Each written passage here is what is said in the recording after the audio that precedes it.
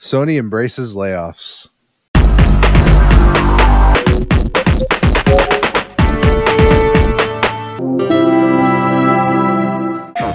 Hello and welcome to Triangle Square, a PlayStation podcast. I'm your host, Brett Beck, and alongside me each and every week is one Mr. Chris Figs. Chris, how you doing, bud? I'm doing great. How are you, Brett? I am doing fine, Chris. I'm going to tell you, look, we can level with each other right now. We've spent 2 hours when we should have been recording this, doing something else, which is very fun, and I'm having a great time. But we continue to push ourselves where I'm like, okay, I kind of need to probably make this episode a little quicker. So if you like long episodes, guess what? There's not really a lot of news this week to even help fill out the time.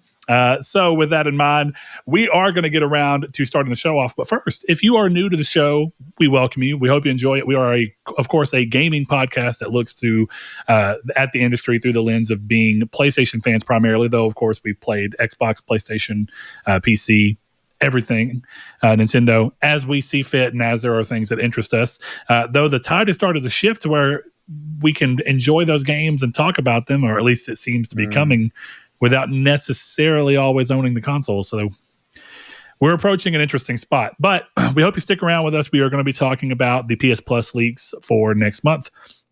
We're going to be talking about Sony potentially bringing PSVR2 elsewhere. We're going to talk about a little bit of Elden Ring since we didn't last week. And in probably the worst news, Sony has decided to stoop to the depths of Embracer and everyone else in what continues to be a tough time to be employed in the games industry. But if you'll stick around with us, we'll get to those eventually. We're going to start the show off in a time-honored way of always checking in on what each other have been playing so that we can give you something to maybe put on your radar or to pick up next, or we can maybe make you avoid something if it doesn't sound up your alley. So Chris, Brett, what have you been playing this week? Let the people know. Well, I'm still playing Fallout 3. I'm still cranking away at that. I'm getting close to the end, and I'm a little sad. It's weird. I'm a little sad. I kind of want to keep going. Chris, can I introduce you to a concept? Yeah. You're technically doing it right now with the caveat that you don't actually have the platinum on this account, but you can keep playing a game after you platinum it if you just really like it. No, I know. It's one of those things where, like, I'm ready to be done, but I'm sad that I'm almost done. You know? Bittersweet. Yeah. I get it. You know, it's been a great playthrough. There's been just so much that it's nostalgic, and it has me thinking of, like, the next time I do this, right? And, like, I hope I put it away for a couple years, but it'd be kind of nice in, like, my 60s to unshrink wrap my PS5 or my PS3 and throw on Fallout 3 Game of the Year edition in the retirement home I'm in. Play it in its original form. Dude, that's the question, right? Will that game be on a new console, or is it like, you're going to have to go back because we didn't do anything with Fallout 3? Well, like, arguably, Chris, you're in that position right now. You can play Fallout 3 in much higher resolution, much more stably, and with a higher frame rate, and you're choosing not to. Actually, you can't right now because you sold your Xbox, but you had the opportunity up until about a week and a half ago. And it's funny because I specifically never played that version because I was like, I'm not fucking up the PS3 one when I go back.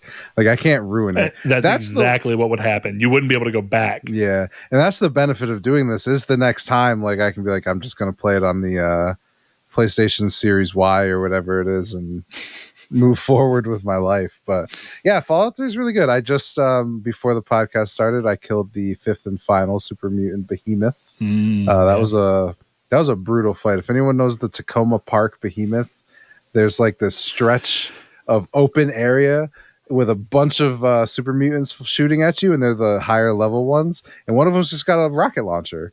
And I don't know if you know this, but in Fallout 3, if you blow up the cars, they're mini nukes. Because in the Fallout universe, all the cars are powered by nuclear energy, all this kind of stuff. So I'm trying to get up there and just getting absolutely fucking just destroyed. I can't even make it to fight. And the only reason I got through it this time is because one of them happened to run all the way down. and I just kept killing them as they came around corners, and that made it so much easier. But yeah, that was really fun. I finished the Vault Tech bobbleheads yesterday, so I just have to get like 30 more terminals, finish a couple quests, and it's all over. I'd hope to have it done tonight, but I guess I'll have it done probably tomorrow, and then I'll move on to something else. But it's been a great experience, man. It was really fun because there was even this point in the last couple of days where I was going through areas with just not enough heals. And like I'm level 23, like I'm confident, but I'm getting smoked in these spots, and it's killing me to the point where there was one the other day when I was going for my last bobblehead where I was legitimately like, I think I locked my save. Like, I don't think I can do this. And then I found a bathroom and drank out of the toilet for 15 minutes, and then I was fine. I just killed everything else. But until that moment, it was like 1 health, the heartbeat monitor's going off. It was a lot. But yeah, Fallout 3 is fucking great. Go play it. Look, Fallout 3, Fallout New Vegas are both great games. I wish I had the same reverence for 4 as I do either of those two games.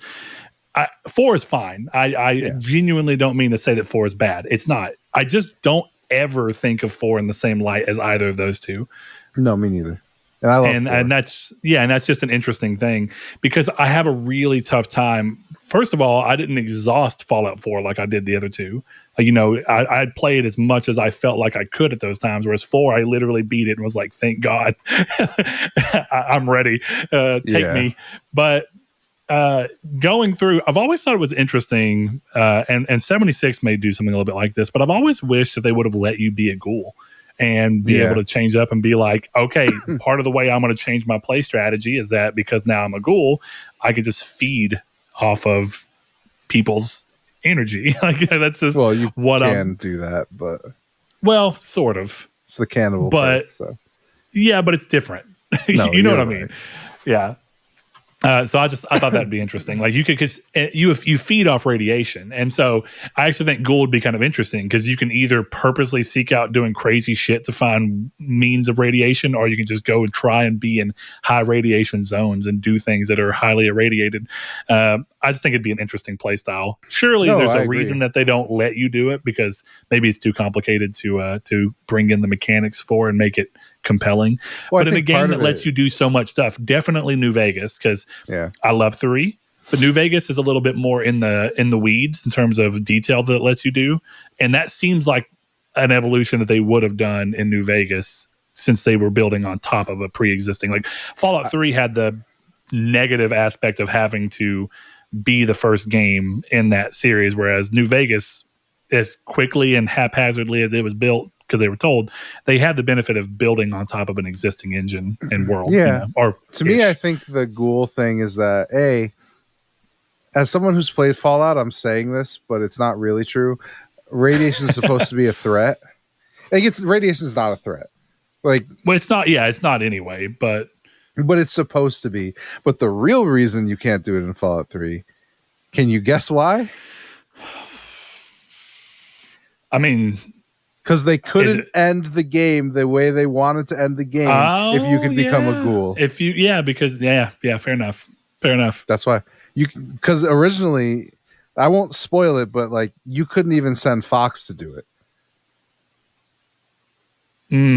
So clearly they were like, yeah, we're not letting this happen. But it doesn't make sense that like I should be able to go stand on barrels and become a ghoul. I also should be able to, if you do the evilest thing in the game, probably in video games ever, really, if you do that and go back there, I should be able to become a ghoul.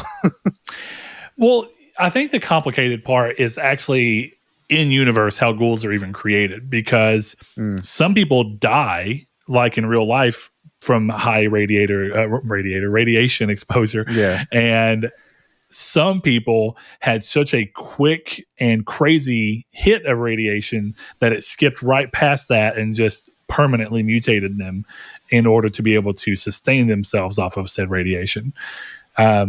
So I guess what it is how would you consistently do it? It's not like becoming a vampire in Oblivion where you just get bit and that's clearly how it transmits and it's fine and it doesn't really stop anything else for the rest of the game. I think this one's like, how would you... How would you go about becoming one? Would you go into the pits of the highest radiation and just stand there for long enough? If it was me, I would have made it a rare interaction where it's like, hey, you hit critical rad sickness 15 times, you've just become a ghoul, and you get a perk. Like, and you can never go back. And you can never go back. That's what I would do. Everyone treats you worse. And what would be really cool about that is if you could play the game mostly regular, but you could never go past evil karma because that's how everyone sees you anyway. Like, that would be a really cool detail. Yeah. I don't know. Cool. There's a lot of ideas for it. Maybe when we get Fallout 5 in 20 years. At this rate, we can see what they do. PS6 or maybe like I said, maybe somehow. Look, I know what the real answer of it is. Actually, you were talking about all that, but the real answer is that you're a human who has been in a vault. Right. There's no reason why you would be a ghoul, but that's why, again, like we're saying, New Vegas. Why can't I just become one? But the basic guy, you're right. New Vegas is again the perfect answer because you don't know where the fuck you came from. Yeah, you just got the game was rigged against the game was rigged against you from the start. Matthew Perry's chip, and then it was over for you. Yeah, I don't know. Those are interesting games, but the sad reality is for anyone who still likes Bethesda's newer games to that degree, I'm very glad for you. I don't know if it's because of me or because of Bethesda or a little bit of column A and column B, but I just have not felt that way about a Bethesda game, and I can safely say 10 years now. I can say that since Skyrim. Skyrim was the last Bethesda game that I was like, hell yeah. Fallout 4, I beat it and I enjoyed it, but I was ready to be done with it. Fallout 76 is, and it's not even. Technically, it's made by Bethesda Game Studios. It's made by Arcane. Fallout 4, the remaster, whenever that comes out, I will drop every single thing in my life. I am actually trying to hype myself to try the remaster. Yeah. If and when it makes it out. It will. So I can see if this time around I do have the drive to do the side content that I just didn't feel driven to do the first time. Dude, that's crazy. It has such good side stuff. But the problem is, like, there's none of the... What Bethesda loses in Fallout 4 to a degree is the side environmental storytelling. It's not, I don't feel it's as good in Fallout 4 as it is in Fallout 3. So it kind of brings you down. Like, there's a place in Fallout 3, this is slight spoilers for something you probably will never see. Is if you go into this side house, it's like, and you talk to the Mr. Gutsy in there, I don't think that's what the docile ones are called, but if you talk to him, he runs this pattern where he goes into the bedroom to a bunk bed, and on the top bunk there's like a child's skeleton, and then he just starts singing lullabies. And first of all, that's fucking terrible and awful to think about in a great way, but I don't feel Fallout 4 had that much of that. Yeah. Well, I think there's a couple of reasons for that, though, right? I think that they kind of purposely moved more away from RPG than they had been before. One of the things about Fallout 4 that got me is specifically the fact I'm so glad that the gunplay is good, because the biggest reason I'm worried about going back to Fallout 3 and New Vegas, either of them, is that they are fantastic games with barely serviceable gunplay. Oh, I love the gunplay, dude. It's so bad, and I love it. It's so bad. It's great when you're using VATS. Yeah. It's very much cope, but I saw someone say this in a YouTube video where it makes sense that the shooting is bad because you've never shot a gun. Yeah, you're supposed to be that is copium to the highest degree. Super cope. But it's ultra environmental storytelling. Well, and it's interesting because in Fallout 4, you are a vault dweller, not in the same way, but your character was a soldier, so it kind of it makes sense. Whereas 3, you've literally been raised in the vault. Yeah, right, exactly. You killed your mother and then were raised in the vault or whatever it was. So, but why does that work for New Vegas? There's no reason.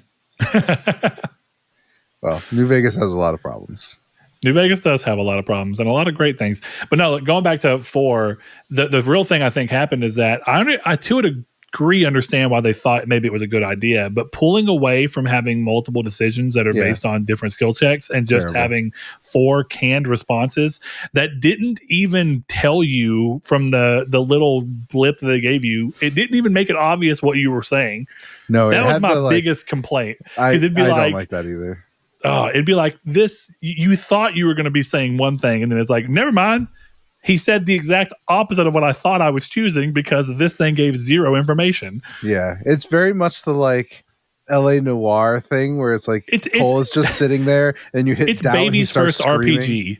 It very much is. Well, it's like you're technically getting to make a decision, and that you are getting to decide what's being said, but almost none of it's based on your skills. Your skills, you can't really play a dumb character in that game the way. And that's a bare bones, but it's a great example point for that game. The great thing about all the other ones is you can just play an idiot character, and people react to you differently off of being an imbecile. Here's the thing, or you can be good at certain things. Go ahead. Fallout 3 only has 1 instance of low intelligence. But it's there. Sure, it's fair. I don't know. I'm excited for Fallout 4. I'm also excited for Fallout 3 Remastered. But Fallout 4 is just noticeably different. I wouldn't say worse, but it's not like the second coming. Like Fallout 3 is a transformative game for me and a lot of people. But Fallout 4 is not that. It's just like, oh shit, the Red Sox play here. This is really fucking cool. Like that's really like half the game for me. Yeah, sure. Well, I think the last thing I'd say about that, and then we can kind of move on to what else you've been playing. But I'd say the big thing for Bethesda, you were saying like how good the side content is for 4, and I think it's a context issue. That game came out a few months after I finally finished The Witcher 3, which I think has some of the best side content that's ever been in games. And so when you compare the two, and it's a problem across the board. Are they similar games? Not really. No. I'm not even trying to act like they are, but they're both claiming to be RPGs, and they're both doing things very differently. Whereas Fallout 4 seemed dated and old even when it came out in many ways, The Witcher wasn't. Whereas The Witcher had very high quality side content that was most of the time. It depends, but there was enough of it that matched or exceeded the quality of the already excellent main story that you'd be like, wow. And I don't think Fallout 4's none of the missions that I started, because I didn't see a single side quest through to the end, like a side storyline, because none of them could even pull me to start. And I think that was telling enough for me. Is like, this game is just contextually very dated. And so it's easier to kind of just be jaded towards it. And that's why I want to play it again, because I don't necessarily think it was fair. But life isn't fair. The reality is that you chose to come out months after what for many was a transformative game, much like you were talking about, and you weren't. Yeah, go so tell that you're to Gorilla. going to be compared. Yeah. So. Right? First of all, if you go back, the one side quest you need to do is the Silver Shroud. Like, you shouldn't even talk about the side content until you do the Silver Shroud. Such a great fucking thing. But yeah, no. So, anything else on Fallout 3? Because I'm pretty satiated. Nah, keep going. The other game I've had some experience with, I don't have as much, obviously, but I did play Pacific Drive. How you feeling? Final Fantasy Rebirth comes out tomorrow, so that's how I'm feeling. Really? Not landing with you at all? No, I like it, but I don't like it enough to not play other things. Interesting. Okay. That's better. I was really worried that you meant you didn't like it at all. And I was like, damn, that's wild. Chris's survival game is already, his survival game swing is already ended. It was one of those things where, like, I guess I should have, but like, I'm not a, super big trailer watcher. I usually see one or two and I'm like, yeah, I'll keep my eye on that and then follow it. But I didn't know how survival Pacific Drive was. Oh, it's very. Like, it's almost too much. Like, almost every time you come back from using the car, you're having to repair the car. That I like. Yeah. But the problem with it was like, it's resource management. Broken. That's really what I mean. It's resource management. And it was one of those things where, like, I don't dislike it because I like the world. The world is awesome. Like, you just drop in and there's like rocks floating around and all this cool shit going on. But that aspect of it in and of itself is one of those things where I'm like, do I want to do this today? And the answer has been, and again, I'm in a Fallout fever dream right now where I'm not stopping that for anything except what I've played of the other game I'll talk about. So yeah, it's really that, but I do like Pacific Drive, and I will say when I'm on my PS5 currently, I'm usually going offline and playing like 15 minutes of Pacific Drive and then going back to Fallout. So take that for what you will. We'll see where I land when this is over. Probably end up playing like Vanquish next. Who knows? Yeah, the last game on my list, I don't even know how to pronounce it, but it's Balatro. Have you seen Balatro yet? I don't think so. Oh, it is very good. So if you're a poker player, you'll like Balatro. It's a roguelike poker game. Are you playing it on phone? No, it's on PS5. I own it. You can. Oh, really? You can play it. Yeah. Interesting. Okay, so it's it was one of those games where like I heard about it on a podcast and I was like, that sounds really cool. I downloaded the trial. Like I was playing it before we hopped on, and I downloaded the trial. I was playing that, and it went, "You have 10 minutes left." And I went, "No, I don't." And I bought the game because I was having so much fun to the point where like I was planning on showering before this and didn't. So it's really cool. So you're you get these boons like all these kind of games. So you get Joker cards. Joker cards are your buffs. So you'll get like multiplier stuff like that. And what you want to do is win the most, win the pot. So the boss will have, you need to get 5,600 chips, and then you win. So with this is just, you're trying to draw and discard to get flush, 2-pair, 3 of a kind, 4 of a kind, all this kind of stuff, and your deck cycles. And I'm fairly sure it shuffles. So that's the basics of it, and it's really fucking cool, man. Like you can set your jokers so where I had one where it was every time you get points on an even card, you get a ×3 multiplier, and every time you get points on an odd card, you get plus 30 chips. So I was doing like 4-pair, 9-pair, and then I was getting like 2,000 chips coming back because you can upgrade that. You can upgrade how much your you can upgrade the types of poker hands. I don't know what they're called, but you can upgrade the types of hands so you can get like these planet cards. One of them is like Venus is the one I've been taking the most because you see a lot of 2-pairs. So I've been taking Venus, which upgrades your 2-pairs. So you get, every time you get 2-pair, you get more coins and you get a bigger multiplier. So you can do stuff like that. But yeah, it's really, really fun. I recommend it. You don't need to know how to play poker to play it. You just need to remember, you need to remember the basics of a flush or a full house or a 2-pair or even a high card.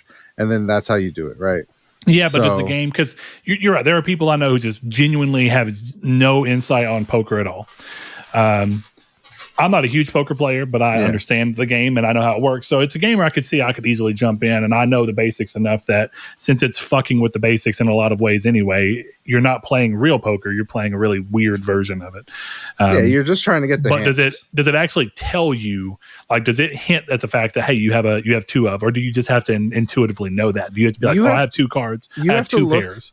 So it doesn't like there's no like, oh, it's going to highlight your best hand. I should say this. Does it assume you've played poker? No.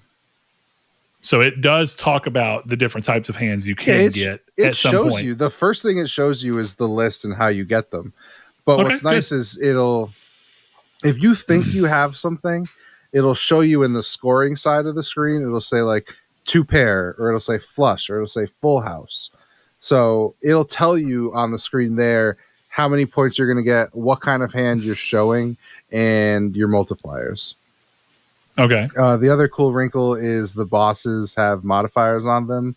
So like one I was just playing, which was fucking hard, it was all face cards come in upside down. Okay, so what does that matter? Because I couldn't see them. So face down. Face down. Yes. So here's, face cards are face down. But the thing I didn't say is you only get a certain amount of hands per blind. So it's like you do 3, you do small blind, big blind, boss blind.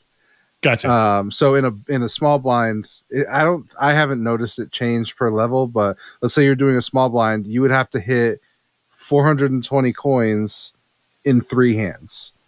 So the 3 hands are what you put on the board, and then that's where the discard mechanic comes in, where you can be like, okay, I have 2 9s.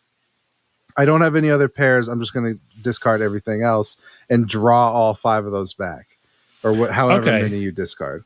And I'm assuming that looking at this is where the roguelite element of it comes in, because you can do well enough in the game and then start giving yourself boons that carry from each game to be like, all right, so now if I get, like you said, 2 pairs, I'm going to get more money out of that, so I can make sure I get past the small blind easier, and I get past the I got you. There's other mechanics where like you can, so they have this thing called tarot cards, and those will give, like, you can make one where it's like, okay, turn 1 card gold. And if you have that gold card, you get $3. Dollars is how you buy upgrades. And then if it stays in your hand at the end of the game, right? So if you never play it, or it happens on the last turn, it comes back in your hand, bam, there you go. You get your $3. But if you put it on the board, you might get more chips, like that kind of stuff.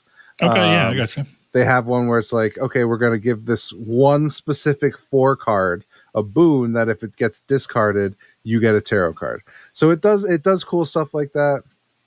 I really enjoy it. I think it's really fun. So it's interesting how timeless card games are, but it does depend on who you are, because some people really like card games.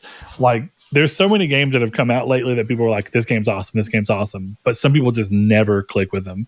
So things like what's that roguelite deck builder game that you were a big fan of? Slay the Spire, which I still need to try. You've never played it? No, never have. Oh, here's the thing. I'm pretty sure I'd like it, is what's funny.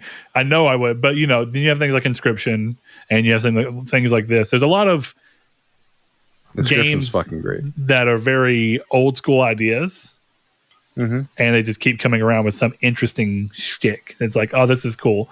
Like, just playing a card game is fun. That's just the reality. Yeah. And it's funny because, like, when we were visiting my family up north, northern Arkansas at the very least, for Christmas, and doing our family Christmas, which was like beginning of January, we spent like 3 hours playing multiple different card games, half of which I'd never heard of, and it was just fun.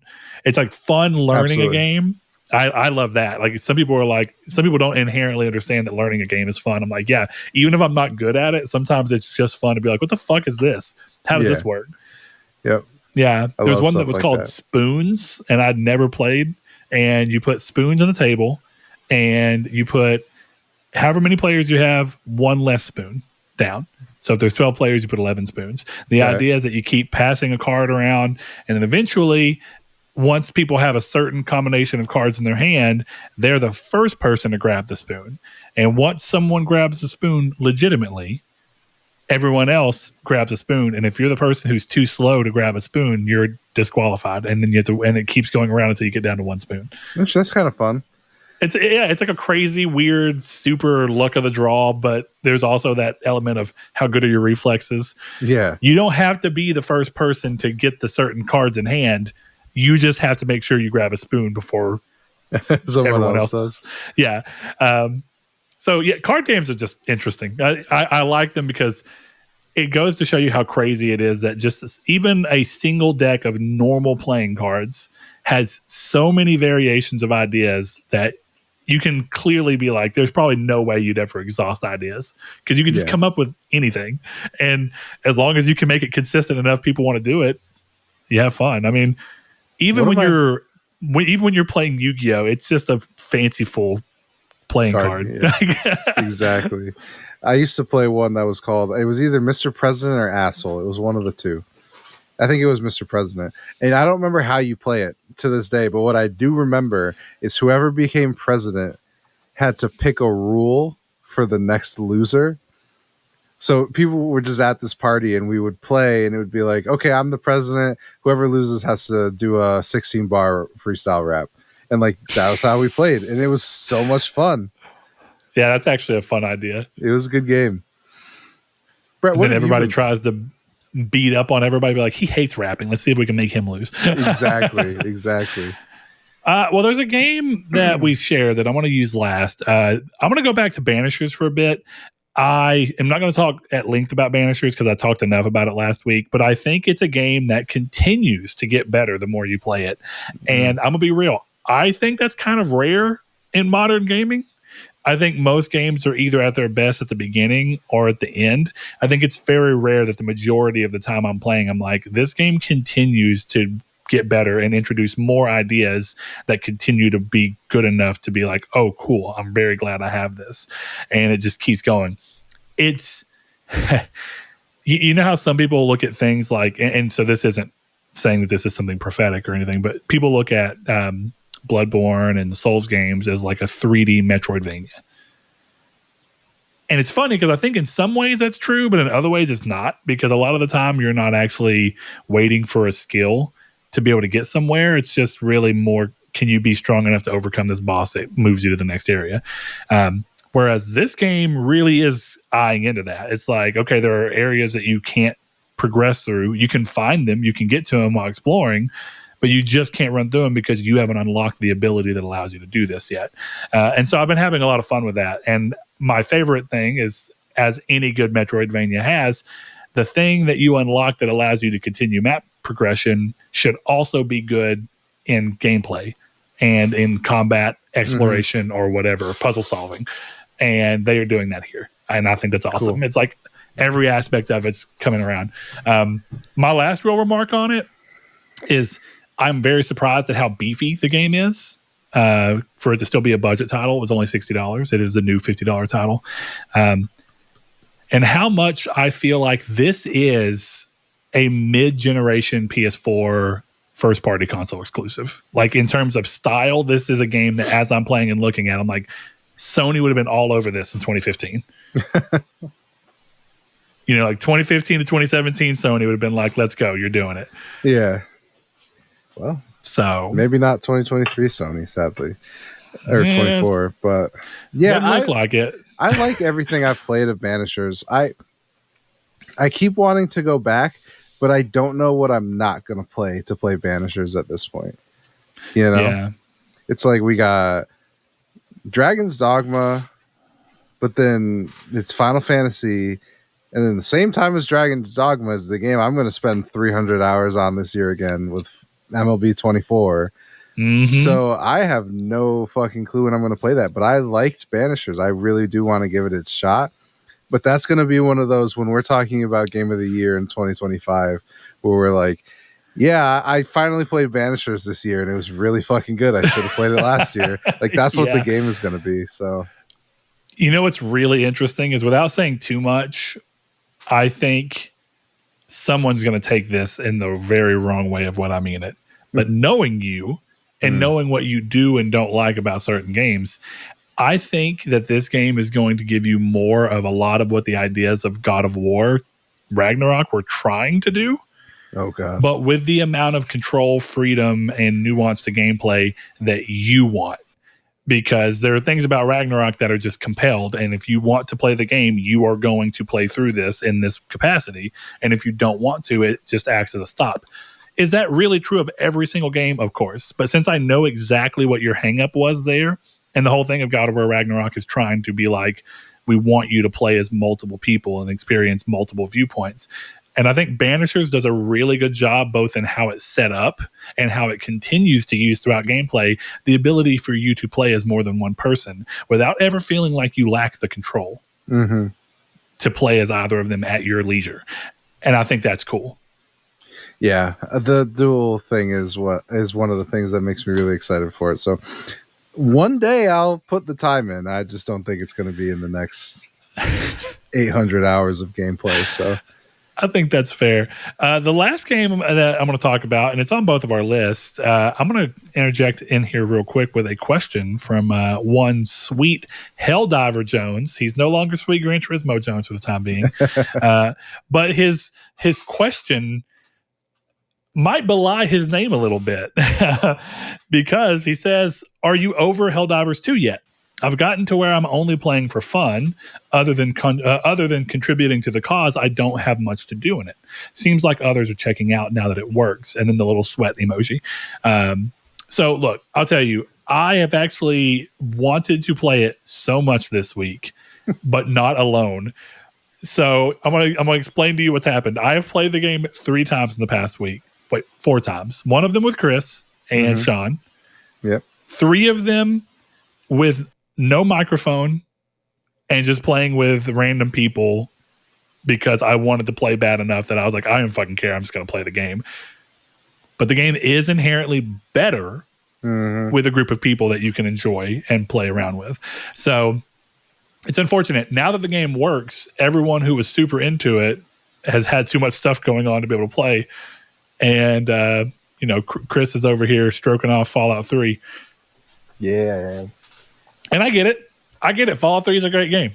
So I'm not hating at all. Brett has never asked me in any of those times he played by himself if I wanted to play. You are correct. But I usually would see if you were even online. And then if you were online, I'd see what you were playing and I would adjust accordingly. Does it show you? So I've been fascinated. Does it show you when I'm playing a PS3 game on PS5? It does not. That's so lame. I wish it did, but it does not. It does say that you're online. I can't even remember if it says you're on PS3. I don't even think it goes that far, even though that would be useful. That would be nice, yeah. Yeah, but I know that you're online, and usually if it doesn't show that you're playing anything, but it also doesn't say on PS5, my general assumption is you're playing PlayStation 3. Yeah. And I think that's pretty fair to assume. That's 100% accurate. If you think about it, the one time that you were playing, what was it? Pentiment. I was like, at the risk of pulling you off of a game that you may have just got onto, do you want to Helldive? And that was the first time. Sure. So I'm not against asking you, but I'm also trying to be reasonable. And if you're playing Fallout 3, I know where your heart's at. Yeah, I ain't your heart's not with Democracy. Democracy's dead in Fallout 3. I literally blew up Democracy, actually. So it's funny because when you sent me that message about when I was on Pentiment, I had been on Pentiment for 3 minutes. That is so funny. I didn't know that, but I did because we had the conversation. I was like, it wouldn't surprise me if he just got on this. Yeah, I literally had barely played it. You're like, Helldivers? And I'm like, yeah. Both times I've tried to play Pentiment, I've been pulled off immediately. Yeah. Well, Chris, you could have told me no, but also thank you. No, I mean, look, because I want to play Helldivers so much, and I'm just like, damn it. I want to play Helldivers. I'm just not going to play it by myself. You know what? I played 5 times, and one of them was with an old high school friend, and it wasn't a microphone, and it was fun. It was good. Yeah. I think my biggest problem with Helldivers is I know that I can't just hop in for one mission, right? It's like we're going to do 3 missions, and they're all going to be 45 minutes, and that's my whole night. And that's part of where I'm like, I got to work at 7 in the morning. Like, I don't want to do this all night. It's so bad that it would be 11:15, and I'm like, I could probably get one in. Yeah. Well, that's where like I've left early some games because I'm like, I'm just not doing another full set. And I don't want to bail in the middle of a full set.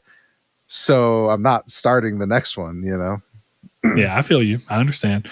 So yeah, I want to play the game, Ryan. If you get a chance and you want to holler at me, please do. Feel free. It's an interesting week. I get to see my buddy Donovan for the first time in I think 5 years. Oh, yeah. Yeah, so he's visiting here, so I want to hang out with him tomorrow. So I'm gonna be a little more occupied for great reason. So that's not really a problem.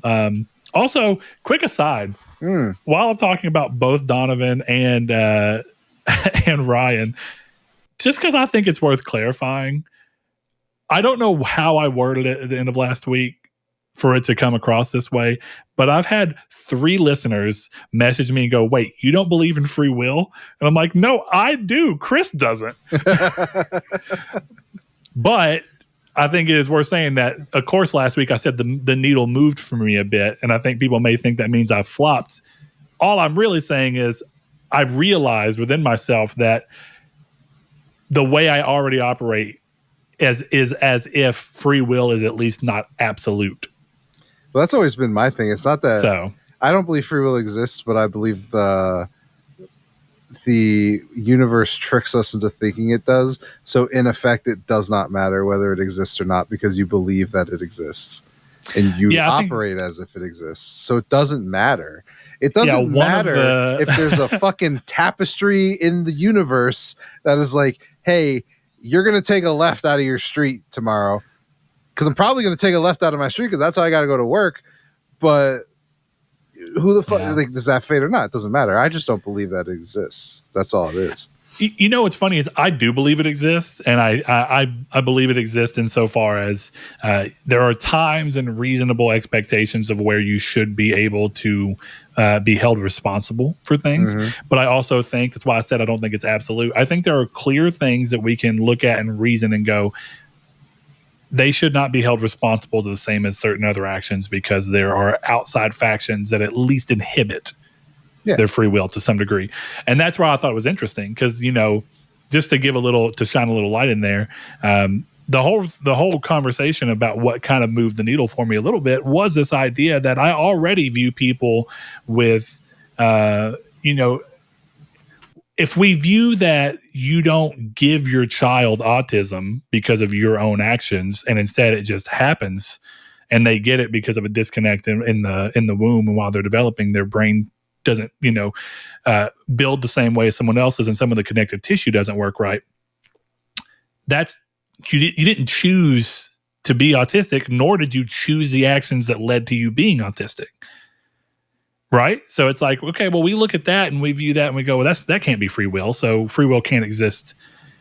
Free will is not at least at play right here. And then dyslexia was one that was given. And I was like, that is interesting. Because you'd look at someone who couldn't read and had trouble and you'd be like, well, they chose not to try to read, so they're bad at it. And now we go, no, they're trying so damn hard and their brain just won't let them. And then you go, well, that can't be free will either because you can't, no matter how hard you try, your choice to want to do something cannot always go across. You can be like, I want to read this. I've decided to read this. My dyslexia is consistently messing me up. And so I thought that was an interesting thing to say. Like, I don't want to get philosophical at this part of it. We save that for the end of the episodes these days. Yeah. But I thought it interesting that three people all asked me because of what I said last week that I didn't. And I think it's so funny because all of them, actually, Ryan specifically was surprised when I said you didn't. And it's not the first time. Last week was not the first time I've made reference to the fact that you do not believe in free will. Yeah, I have made that reference so many times in so many episodes of both Midweek Matinee when that was going on and in Triangle Squared that I found it interesting. But you know what, Ryan? A full hardcore debate on Midweek, actually. There is a very hardcore one. Is it during Jacob's Ladder? It might be, yeah. I'm trying to remember. Regardless, hey, look, if you want to go listen to old school episodes of something we used to do. Still a good show. I still like that show. Midweek Matinee's out there for you to listen to. Still think my best joke is in that show, the King Kong episode. Nice, yeah. Such a good joke. I'm so proud of it. My own quick aside, I bought an adapter so I can use my DualSense on my PS3 because both my PS3 controllers are broken. I've thought about doing it. The main reason I haven't is because of no pressure sensitive buttons. There's very few games where that matters, but it's the main reason I didn't start from there. And instead I tried finding the Defender BT, which has worked well for me. And it did not work for me again. So the only game I've genuinely had problems on was Wanted. I don't know what it was. Something about the way it reads those triggers was not working. And it was funny because it would work for 20 minutes and then it would just stop. And then I could switch to the other Defender BT and it worked for random, indiscriminate amount of time. And then it would suddenly be like, nope. Yeah. It was like one of my controllers has the worst stick drift I've ever seen. Where if I put my controller down and I was outside in Fallout, he would walk across the map. But the other controller just presses random buttons, and that's worse. That is how many lockpicks I've lost because my controller just shoots the other way? It sucks. Well, it's funny because that's how I figured out that my 20th anniversary Xbox controller got stick drift. I was playing Oblivion on there, and I'd had that controller for about a year or so beforehand when we were playing Halo on PC. Yeah, and so I hook it up, I'm playing the game, and I'm walking, and the camera just keeps going upwards. And I'm like, what the fuck is happening? And then I switched to the controller that came with the Series X, and it stopped, and I was like, damn it, because the 20th anniversary controller is way cooler, but it doesn't necessarily matter. So anyway, thought that was an interesting thing to get into. I want to play Helldivers. If you are playing Helldivers and you want someone to play with, never feel feared dude, I'll get there in a minute. But feel free to reach out to me. Worst case is I just can't hop on at that moment. But hey, shoot a message and be like, Helldive or For Democracy ? Or whatever you want to do. Would you like a cup of liver tea? Hot robots in your area? So do that. But Chris, I have a question for you that's just from my own soul. Do you ever play games that are accent heavy and find yourself using the words and or accents from the game because it's just interesting and you hear them and you're like, that's it. It's weird. Yeah, there was one time where I do a bowling league on Wednesdays, and when I was in my GTA 4 phase, I went to my dad's like, "Oh, let's go bowling," and he's like, "What the fuck are you doing?" So yes, I do. My biggest example was back in 2013 when Metro Last Light came out, and on PS3, and I was playing it, and they have the voiceover for the main character is a Russian dude because, of course, it takes place in Russia. So I kept being like, Artyom. Yeah, Artyom, I'm here to get you. And my wife was just like, why? And I'm like, I find accents to be fascinating. And when I'm surrounded by them, I mimic them because it's just interesting. But it's been getting me in Banishers because there's words I've never heard. And then suddenly I heard them in other media, which is interesting. But the main character being a Scot, he says didn't instead of did not. It's Didnae. And I'm like, interesting. Okay. Oh. Or NEA, whatever. Didn't can instead of cannot. I was like, okay. And then a lot of the people themselves have like French accents and because they're early settlers, so they come from different places. And it's just very interesting. But one of the characters yesterday said, don't be afeared. And I was like, oh yeah. I forgot that's what they used to say. Kind of like back in like the 20s, they'd be like a tall instead of at all. It'd be a tall, like it's one word. I love that. Accents, man. Killer. They're so fun. All right, moving along. We're going to go ahead and jump into the community's take, which, you know what? Didn't get a lot of responses. So shame on you, but also maybe it just wasn't the best community's take question. Can't win them all. You didn't do in 342 episodes. You kind of just... It happens that way. But for those of you who did answer, the question was a rather simple one, and it came from, I wish I actually thought to mention it down. Someone else had kind of brought it up in passing about the online functionality of where you can hide yourself on the system. So the community state question was, do you use the feature to show yourself offline in consoles? If so, how often do you realize you forgot to turn it back on to showing online? Rude Days 93, one of our longtime listeners and longtime patrons, he says, been using offline mode for a while because of pesky nephews continually sending me Fortnite invites. I'll then have to turn it back on as one of my Call of Duty friends will get annoyed that he has to scroll through his friends list to find my name and will give me an earful in the party chat. Been there, done that. There was a short period of time where Chris and I first met, and I think this is interesting. Chris and I hit it off like first time that we hung out or really that we talked. It was for the podcast for midweek. Yeah. It was an interesting bringing together, but I remember that was enough for Chris to be like, I'm sending this guy Apex invites. And so I'd be playing a single player game, having a good time. And then suddenly Chris has invited you to play Apex. I'm like, no. No. And so there was a time where I debated going to offline mode so that you wouldn't berate me with random Apex. Wow. The first time you did it, I was sure that you had done the thing that people do on Facebook where it's just select all and send. I was like, did he just go to his entire friends list, select all, and say invite? No, I definitely didn't do that. It's brutal. But look, the upside to it is that a great budding friendship has come from that random time. And maybe I should have been a little more forthcoming towards your Apex invites, Chris. And for that, I apologize. Yeah, I'm really hurt right now, actually. Does it help that I've played Apex with you since then? Yes, I do know that. Yes. I will give you I your did it for you, on Chris. that one. Oh, yes. You did it for me. Thank you so much. So nice of you. You and Sean, actually. Sean had played enough Destiny with us that it kind of felt like, felt like you should. At the very least, I should try this game. He seems to quite enjoy. The other one was a quick and simple answer from Jehudi MD.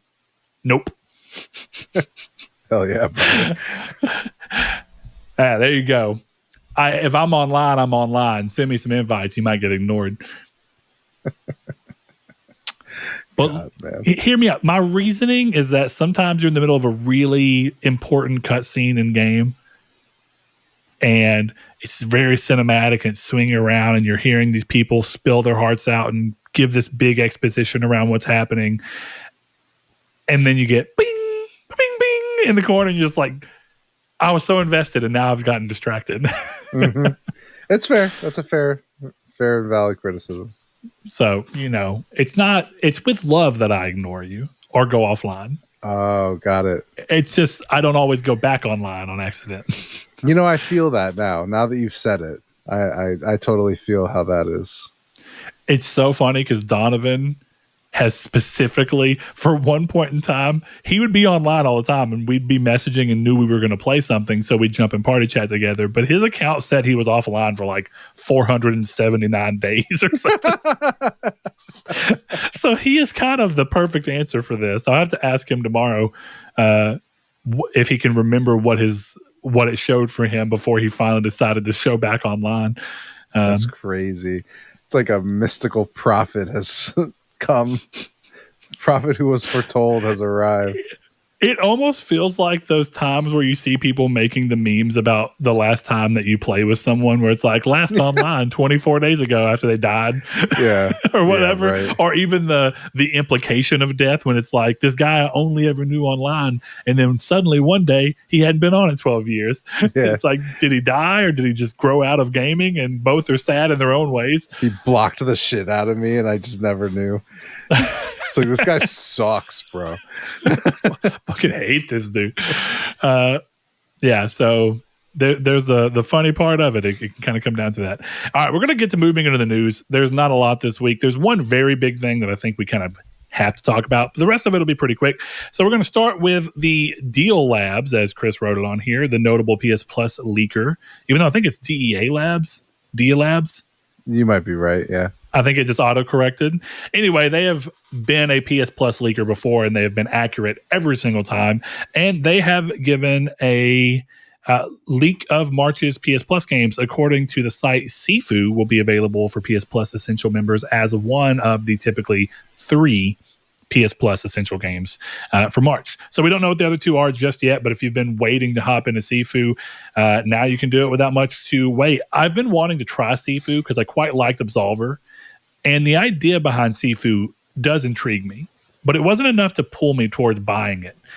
So if you don't know, SIFU is a roguelike kung fu game where every time that you die in the lore of the game, you can come back at the cost of rapid aging. So as you die, the more you die, the older you get. The older you get, the more experience you have, so you can do more damage, but you slowly become more frail. So you take more damage, and that's kind of the shtick of the game. I haven't played it, but I know that's the basic idea. Chris, did you get around to playing it, or no? But it's good timing because it's one of those games that I see on sale, and I'm like, yeah, I'll pick that up, and then I never do. And I was like, I guess I won't pick it up. I'll get it for free for once, or free in quotes. So I'm happy about it.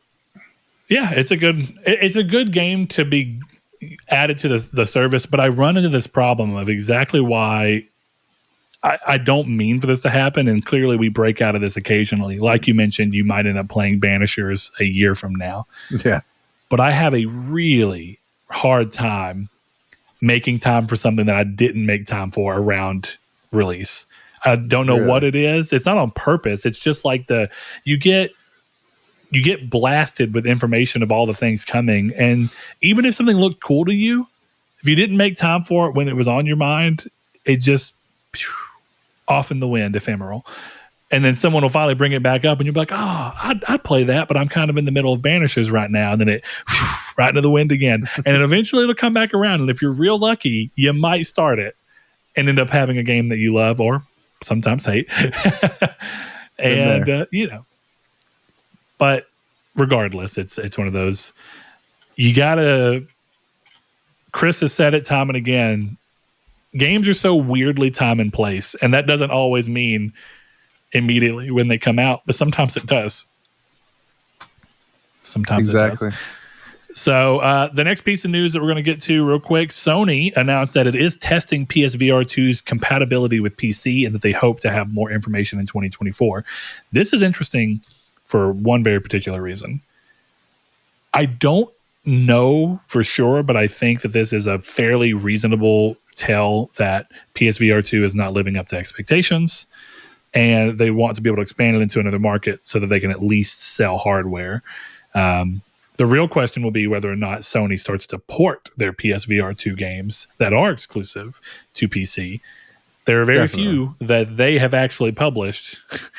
There are many that they have helped pay for to get to the piece, but it's one of those things where it's just they don't have a lot of actual first party games to have to worry about. But maybe that would be a way for them to want to make more, because then they go, well, good, we can still sell them on PC and make more down the line. Who knows? But what are you feeling on this, Chris? I mean, do you think that you would use your PSVR 2 more if you could use your computer with it? Or do you think it's still just the general barrier of using the technology? It's just the general barrier of using the technology. I like VR, but it's one of those things, unless I'm really feeling it, I've never felt like it's worth the time it took me to set up.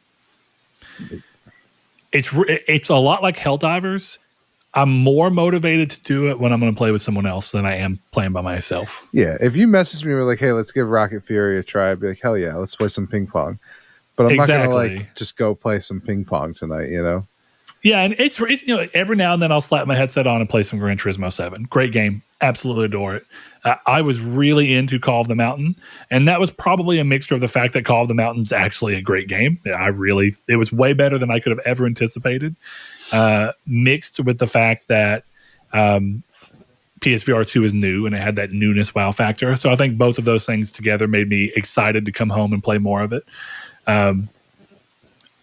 But I get you. I still do sometimes look and go, I've had a long day. My immediate thought is not to strap this thing on my head and stand up.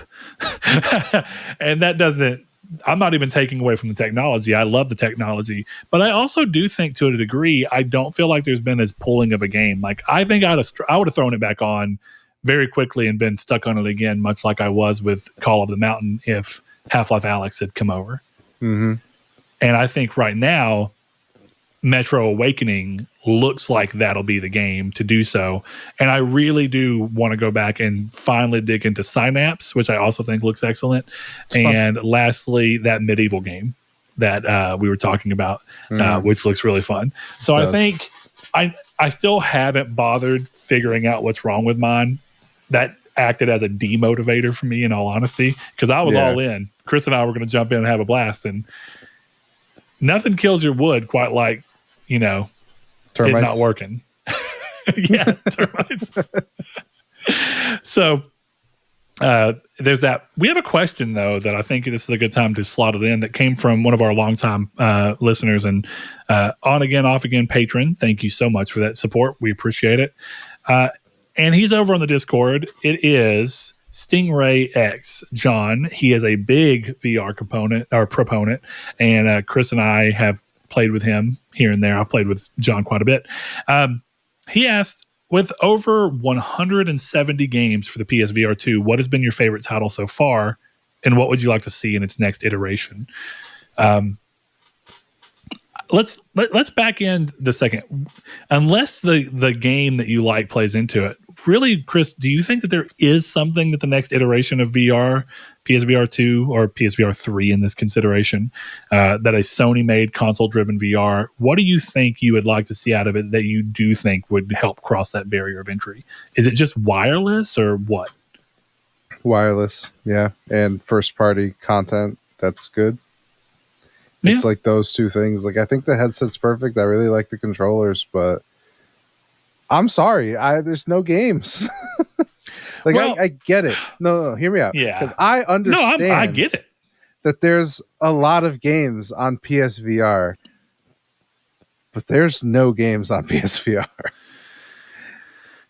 Yeah, we've had a version of this conversation, but I saw Ryan McCaffrey do his general seeming engagement post on Twitter, where he once again complains about the PSVR2 that he went and told everyone to buy. And look, does that mean that he can't have been wrong on something? No, he absolutely could have. He could have loved Gran Turismo 7 so much, which also banger fucking PSVR2 game, that he thought this is a great harbinger for what I should come to expect from PSVR2, and then it just never hit that mark. That is a completely fair standpoint. But he's voiced that so many times that anytime he does it now, it just feels like he just wants the console people to come in and yell at him one way or the other. So, look, his point ultimately exists in that there's not been a lot of first-party content for it. Now, as any Xbox fan knows, Ryan McCaffrey being one of them, there was a very long period of Xbox where you did not have very much first-party releases. They have bought so much stuff now that they are finally able to release multiple first-party games per year, and I think that problem is by and well solved now. But it is a little interesting to look at someone complaining about no first party for something and calling it useless when they defended the Xbox on the same grounds that it wasn't useless, despite that it didn't really have any first party support. Well, so I do find that interesting. With VR2 is like, it's not that it's bad tech, and it's not that there's not a lot of games on there, but I could think of maybe like one title that I would like strongly be like, fuck yeah, go buy this. And that's on PC too. So like, why? That's my thing, right? Is like looking at PSVR outside of the fact that like I have a PS5, I'm on a PlayStation show, and I like trophies. Why would I not just buy an Oculus? It's wireless. I don't even need a computer. Like, there's no good reason. I think that's the thing with PSVR. Like, it was, I've said it, but it was a waste of money in a lot of ways. I'm glad I have it, but I'd also rather have the $600 or whatever it was at this point. Like, I've had a lot of good experiences. Pistol Whip was a lot of fun. Kayak VR, a lot of fun. Even Rocky Fury was a lot of fun. I really liked Walking Dead on PSVR 1. I'm sure I would like it if I was willing to pay for it on PSVR 2. You know, I'm excited for Metro Awakening. I'm looking forward to playing that medieval game. But not a single one of those games would make me buy a PSVR if I didn't already get sucked into it. That's the thing, and that's the problem with it. I think that's fair. I think Resident Evil, if I'm being literally looking at what is only on PSVR 2, that I think you go, why do you buy it over something else? I think Resident Evil 7, Resident Evil 8 rather, and Resident Evil 4 VR are very strong components that you can only currently play on PSVR 2. And I think that's a good show. And I think they're big games. I think Gran Turismo 7 is another one of the big games, as long as it is the type of game that you like, that PSVR 2 enhances to such a degree that it's like, wow. And for anyone who has actually played Call of the Mountain, I think it's a fantastic game. Genuinely surprised, can't say it enough. But you're still talking about 4 to 5 games that are only available there, and it still becomes, at what point have you reached a barrier of enough games at a high enough quality to make someone go, buying it would be worth it for these titles alone? I still genuinely think Gran Turismo 7 for the right person is worth the price of entry, but it's depending on the person, and it continues to go. The same is true of Resident Evil. If you like VR but you don't like scary stuff, it doesn't matter how great Resident Evil 8 and Resident Evil 4 on VR, because you're not going to play them. It's just the reality of it. And that's even the thing with GT7. It's like the best way to play that in VR costs another $400. And that's not even with, you don't even have the chair yet. Right. You have the steering wheel and the pedals. And then you still need to buy anywhere from a $300 to $600 minimum chair. Right. For it to really feel like I'm in a fucking car. Like, Chris, when you come to visit next, I'm gonna come.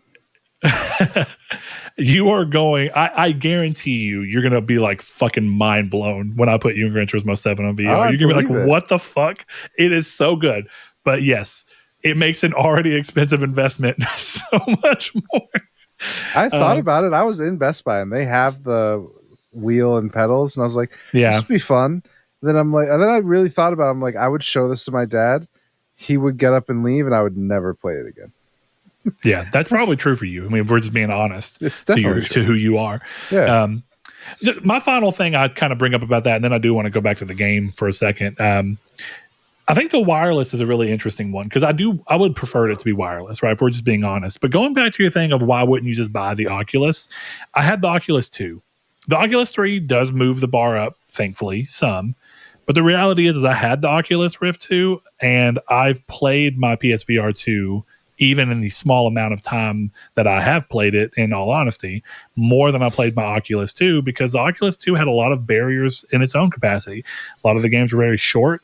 They couldn't be very long. They couldn't be very highly powered if they were only on the headset, which means you do have to have a PC. And if you do have to have a PC, at the time, at the very least, playing the games in a way that didn't fuck with you or make you sick or felt consistent required you to be linked in with a link cable. Can you do AirLink? You can, but it's inconsistent, just like remote play is. So it's very dependent on what your internet environment's like at any given time, and it can change. You can add in delay and latency. And so you get to this thing where it's like, yeah, what are you looking for? Do you want short, brief experiences? The Quest might be for you. But if you really want big gaming experiences, you're either going to need a Quest and a high-powered PC, or a PlayStation 5 and the PSVR 2, both of which are expensive combos. So yeah, for me, I still say PSVR 2 is it. But wireless, I do think, is just one more thing to make it easy and cover that barrier of entry. But to Chris's point, it's even if it's dumb that it's marketing, it's marketing. You need to make people hyped and think that I can only play this thing here. And you need to do that a few times a year, if not a couple of times a year. Sony by now should have had another first party game that they're like, look at what we can do with this technology. Yeah. And then you might be hyped. You might buy it. Then you might buy the Rocket Fury and the Walking Dead and the Walkabout Mini Golf. You know, it's like that's how you get people to buy the smaller games, is you got to titillate most people, most consumers with the big games. Yeah. That's, I mean, the thing. It's like, I don't buy my PS5 for Slay the Spire, but I fucking love Slay the Spire. And that's the thing here. It's like, I didn't buy my PSVR 2 for Pistol Whip, but I fucking love Pistol Whip. It's the same thing. Yeah. So going to my favorite game on it, if it hasn't been abundantly clear, my favorite game on it is Gran Turismo 7. But if I want to move away from the cheat code of a game that's already amazing and that I put so many hours into before VR2 even existed, I'll say Call of the Mountain. Call of the Mountain is, like I said, surprisingly good. It's just unfortunate that my favorite game for the system is a launch title. Yeah. If that is indeed it. But keep in mind, I haven't played as many as I really should have. Overall, I've probably played 12 VR2 games, and that's not enough for being real. So, yeah. All right, moving on to the next piece of news here. Thanks for the question. We appreciate you, and we appreciate your patronage. If you want to join John in being a patron, head over to patreon.com/Nartech and consider giving as little as $1 per month. It helps the show so much. We appreciate all of you who do so.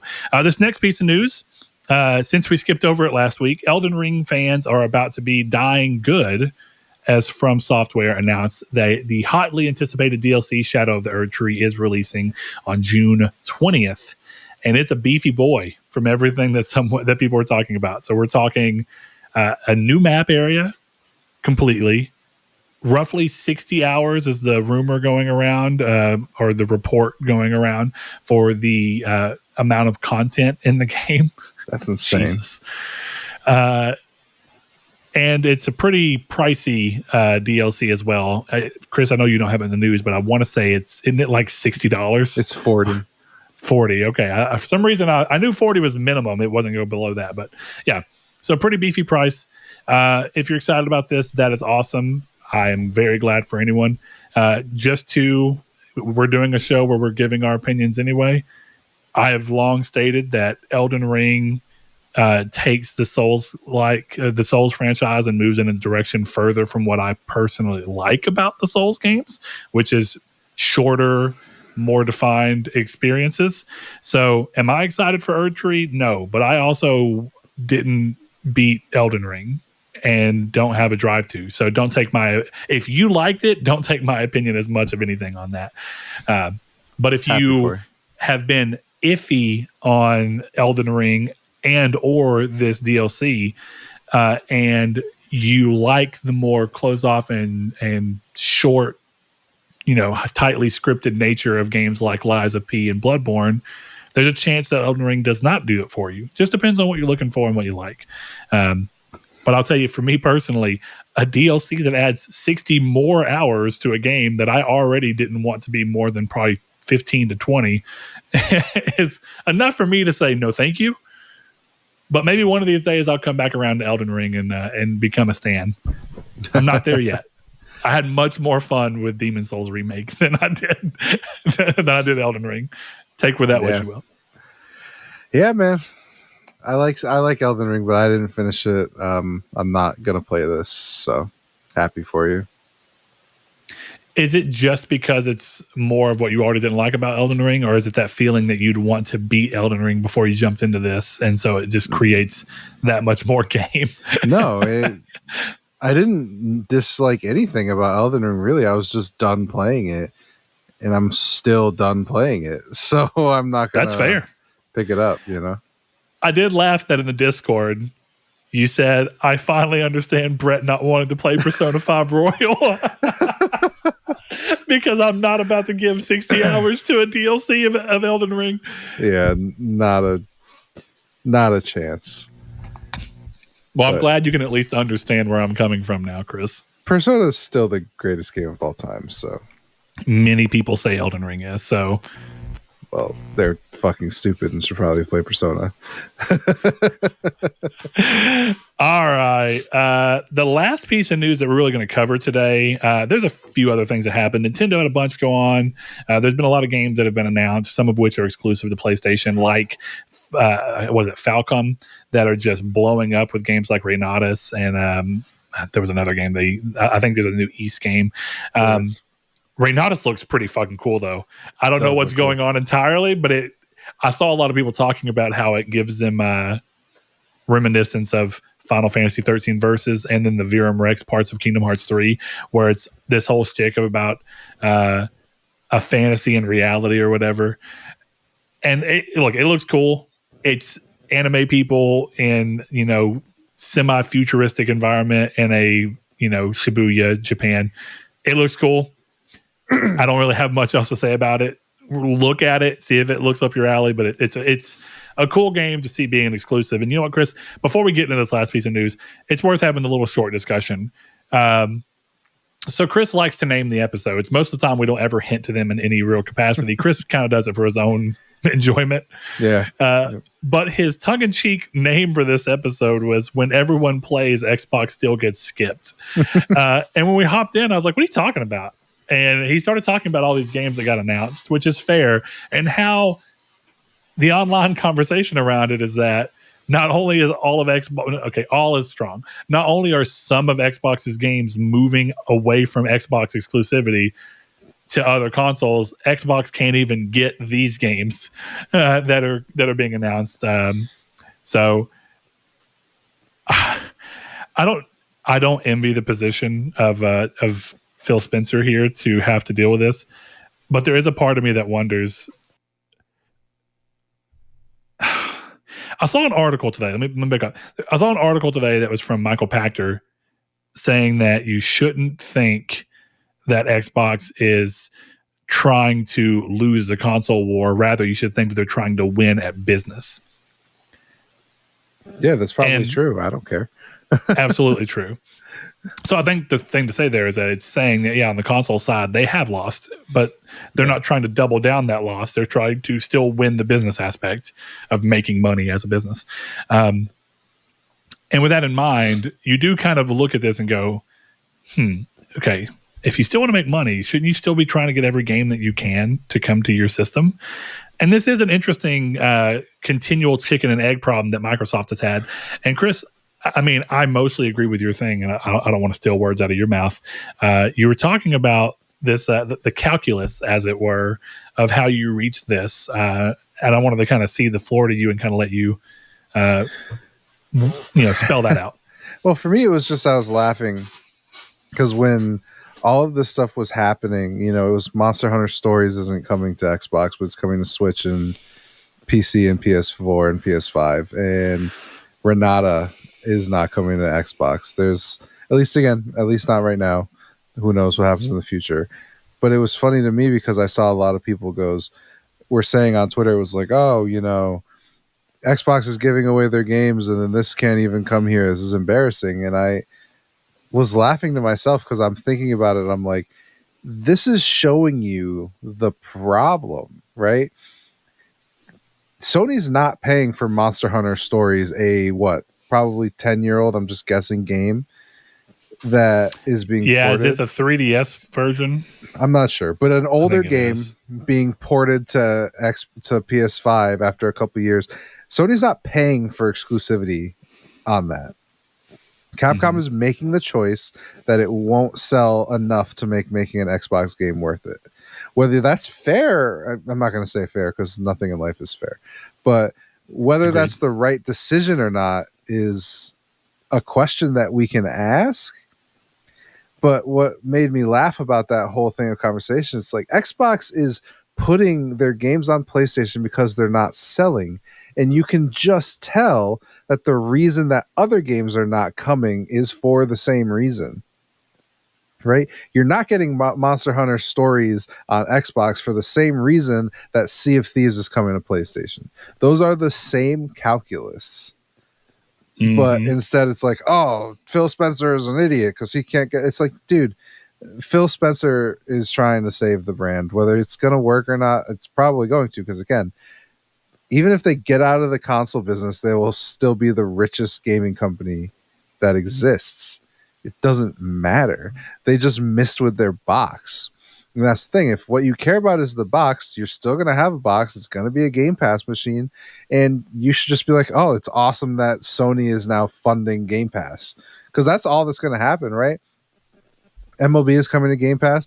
Don't be shocked when Starfield's on PS5 and Call of Duty's on PS5 and most of these games have migrated over, that Game Pass is getting better offerings. Because that's what they're selling you. They're selling you the box so you can get Game Pass. They said in their business update, Game Pass isn't coming to other consoles. So that's the play, right? The play is, this is your Game Pass machine. For $515, you can get 500 video games. That's the sell. And when Starfield sells $10 million or 10 million copies and Xbox gets 700 million of that, you know what that's going to? That's going to GTA 7 on Game Pass, which is ridiculous, but you get what I'm trying to say. Of course. Caliber it's going of towards making sure that you continue to up the caliber and quality of video games hitting your service day and date, if possible. You shouldn't even be surprised. It's a stretch, but I wouldn't even be surprised if we get to a point in the future where Microsoft has so much money to spend in this avenue that they look at Sony and they're like, Concrete Genie on Game Pass, I'll give you 20 million. Like that stuff wouldn't even surprise me because Xbox has given away the console war to a degree. Again, it depends, but I think it's pretty telling that all of this is happening before April is over. So just look at it that way, right? It's just it's finally bringing home what, and I don't mean to interrupt, but I think it's important to say it here. This is finally bringing home what Saul, myself, and you have all said since the beginning of the PlayStation 5 and Xbox Series X generation. It's just finally bringing it to a head where Microsoft is outright saying and acting upon what we've been thinking they were doing. They are giving up on the traditional console war. They still had vestigial aspects where they were being like, we're still going to try in that sphere. We're still going to aim towards it. But it's been obvious for a while that their primary goal has been Game Pass and how they can continue to expand it as much as possible and where possible. all they're doing now is doubling down on that and making moves to continue to be able to do that. Is it weird? Of course it is. Even though I thought that this is not too far out of the realm of what we might see, it's still weird to actually see it happening because it's very different from what console wars, for people who hate that term, it is what it is. We saw it with, like we talked about last week's episode, between Sega and Nintendo. These are what they are. They are wars, and it's two people trying their best to be able to head a market. And Xbox is just finally legitimately being like, we are all but throwing in the towel. We are, we're giving every single thing we can, but we're still going to have a machine with some exclusives for some period of time. But in the long run, we're moving towards making sure that our real business, Game Pass, can be profitable. Yeah. That's not a bad move at all. I even understand it. And I share everybody's worry about what that may mean for the console space and competition if PlayStation does feel like they're not having any real competition. But the reality is Nintendo's still there, selling more than everyone. Yeah. So if that continues with the Switch predecessor, then or successor rather than predecessor. So we will see. I'm with you. I think it's interesting. By the way, Monster Hunter Stories is the 3DS title. I thought it was. It's like a 7-year-old game. So yeah. Finally coming over with voice acting and everything. So, yeah, I agree. It's interesting to see. But let's go to this last piece of news real quick. And it is probably the worst piece of news. In a depressing bit of news, Sony has also been hit with layoffs. Herman Hulst, head of PlayStation Studios, said in a release that this was a result of the company's focus shifting. He continued mentioning that multiple games had been canceled, one of which was confirmed by Jason Schreier to be Twisted Metal, a live service game that seemingly drove off from Lucid Games and had finally parked at Fire Sprite before being canceled. Another huge domino that fell today is the closing of the storied London studios. The studio has a history of developing games for some of Sony's niche console peripherals like iToy and PSVR, and of course PSVR2. Besides this, they may be best known for the very popular SingStar series. It's interesting. We were walking through a flea market Saturday with my wife, and I saw a SingStar game, and I was like, that series was insanely massive. And she was like, I've never heard of it. And it surprised me because she was like, I would have thought Guitar Hero was bigger. And I'm like, Guitar Hero might have been bigger, but SingStar was real fucking close. Karaoke, I don't describe it. It's just, I was like, it's just ease of access. People had a lot of people had PS2s, and it was, I can sing on my TV. Let's go.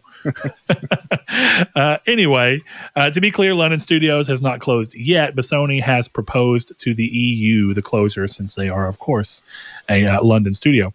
This was the same situation that happened with the revived Free Radical that Embracer shut down. Sadly, they did end up closing, so I would not hold out hope that this hurdle saves any jobs. Man, look, this sucks.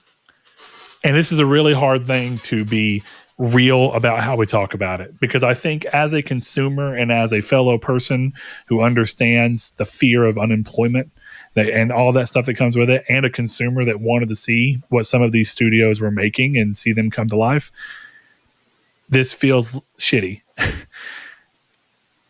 On the other hand, I cannot say with any kind of absolute certainty, as no one really can say, what exactly the numbers that Sony was looking at from a business perspective that drove these decisions. With that in mind, I think it is worth extrapolating a little bit and trying to understand what may have led them here. And I don't think it's a real crazy end point to find that this happens at a lot of these studios, because of the ever increasing need for open market companies that are on the stock market and openly traded to continue to show improvements to what they bring in versus what they spend. And there's a very easy version of me looking at this in a jaded way and saying, this is probably mostly because they needed to make shareholders think that they were doing well. And even if all these things weren't necessarily losing them money, they were a quick way to shore up costs and make their numbers look better ahead of very particular happenings involving shareholders and open trading. I kind of want to start there, Chris. Our job as a podcast of just people who talk about games from the fact that we play them, we don't have any ties with Sony. We don't have shit. Okay, we're just being honest. We have each other and the listener base. That's what we have. But I still try to be fair to the fact that I understand these are businesses, and I understand that businesses do need to make money, and sometimes decisions have to be made that go against what I as a consumer would like because it's for the good of the business. On the other hand, it's very easy to see what I just set up. So how do you feel about that? Do you think that it's reasonable for consumers like you and I to try and give benefit of the doubt in these scenarios? Or do you think we should be like, they're just doing it for the shareholders? I don't think benefit of the doubt is the right word. But I do think there's... Yeah, I don't know. I get what you're saying, and I don't necessarily disagree, but I'd never want to say I want to give them the benefit of the doubt, because I think if everything that's been kind of like Twisted Metal being a live service game being rumored, factions being canceled, what's clear is that Jim Ryan got obsessed with looking at what Fortnite was doing and pivoted all these studios. So they probably hired, they probably built up so they could support a live service game. And now that Hiroki Totoki or Herman Holst or Bungie or all three have decided that this isn't going to work properly, they canceled all these games and all these people are getting fired. Now, that is a business reality. Mm-hmm. But I think it's very clear looking at the games industry that people hired thinking that what was happening during COVID was going to keep happening, which everyone and their mother could have told you that if it continued happening this long, we'd probably be in an apocalyptic scenario, right? That's just basic logic, right? If 4 years on, we still can't leave our house, that's the apocalypse. Right, like straight up, that's what it is, and it's not that, right? So you can't look at what happened in COVID as real, but a lot of people did, and I think that's the problem now, right? Is that now we're correcting, and that's people at home with lots of time, lots of extra money because of COVID relief. Yeah. I mean, plenty of time to play a bunch of live service games and throw money. Well, Chris, I want to interject something in here that I think is really going to shape the rest of this conversation. And in a way, it's going to kind of pivot it off in a little bit of a direction. But at the end of last week's episode, after it posted on YouTube, Big Box 1431, he's commented at various times in the past about different things. But he talked about how we spoke on Helldivers 2 and, of course, its success. And he says, Helldivers 2 is going off. Didn't you guys say, quote, live service was saturated, end quote. Time to reevaluate your position, question mark. No. And I really, as we do, I appreciate that you wanted to reach out and give your thoughts on something and ask a question like this, because there are times where we do have to sincerely reevaluate positions. That is true. And so we had a back and forth a little bit where I expressed some of where I think Helldivers 2 doing as well as it is doing is a good sign. The fact that it's really Sony's first non-already franchise games as a service title, and it seems to be doing well. It's very early days, but it's selling well at the very least. And if it can continue to pop off in this way, that's great, because it may show that Sony has a better eye for this stuff than we thought. One of my first arguments was I don't think Sony actually knew Helldivers 2 was going to be this big. I think that's obvious in the fact that the game was not built to handle the scope of where it's at. That's first and foremost. But I brought up a couple of other things that I think were worth mentioning. And of course, it's not my area. I'm not a big games as a service person, but I have long talked about my skepticism. So one of the things that I had mentioned was that I will reevaluate that position realistically, definitely from the prospect of Sony, when either Fair Games or Concord come out and do equally as well and survive for enough of a period of time to be more than just a flash in the water or a flash in the pan. So there's that. But my second thing was talking about how this is entirely anecdotal. But Chris, you've been a little bit of a part of this as well. A lot of the people I know who have played Destiny 2, a lot of my old clan members in the clan that I talk to a lot of people from in a Discord that we had for it. A lot of people have been jumping off of Destiny 2 and playing Helldivers 2.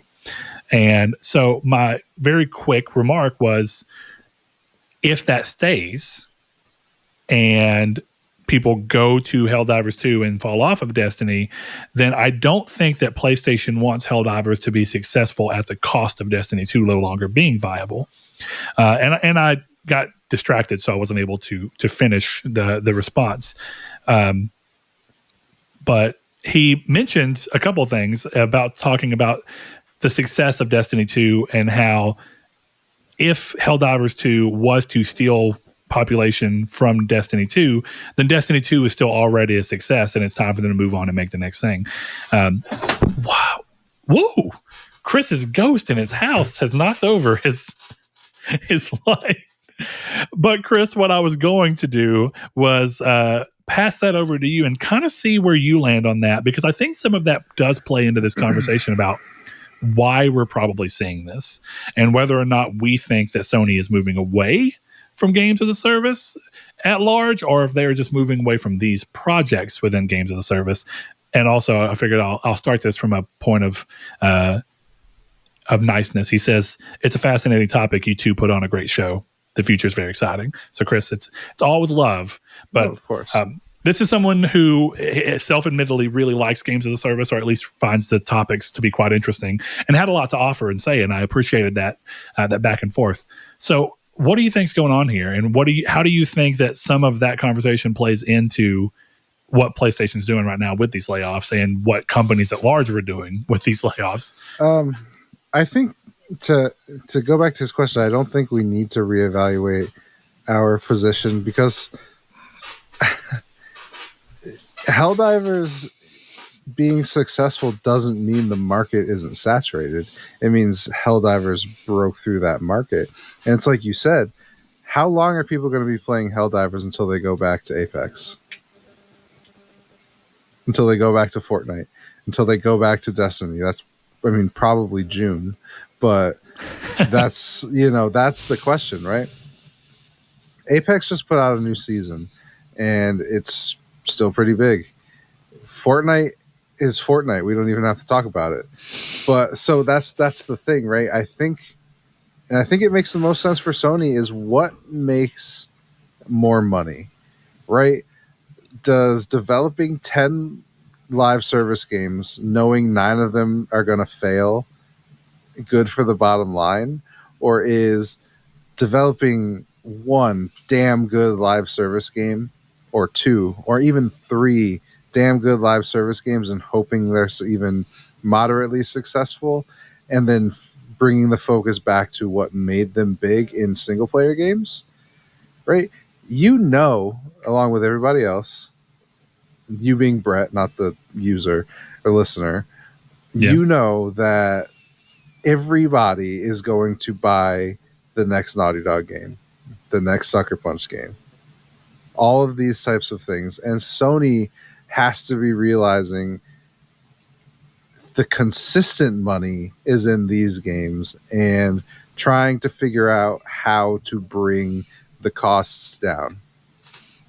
Right? Because that is the wrinkle. I was just about to say, that's the one wrinkle. It is consistent money. But if they also consistently budget climb like Spider-Man 2 did, that can't be sustainable for long, which puts us in a weird spot. Well, and that's the question that nobody seems to confront, right? Is I feel bad for all layoffs and all of this kind of stuff, but I also sit here and ask, like, well, did you need all these people to make Spider-Man? Probably. I'm not going to sit here and disparage anyone or sit here and act like these layoffs are a good thing. The industry has a cancer right now, and I think this is the result of what it is these layoffs. But that's what I think is going on. I think there's a reshift in focus to, hey, we have to just make what we're good at. What we're good at has sustained us for years. Let's go back to that. And maybe they have to have someone take a good hard look at what they've been doing and go, it's better for us to cut Spider-Man's budget in half and release 2 games within 2 years instead of 2 games within 10. Not that that's what happened, but you understand what I'm saying. Sure. Yeah. So of course.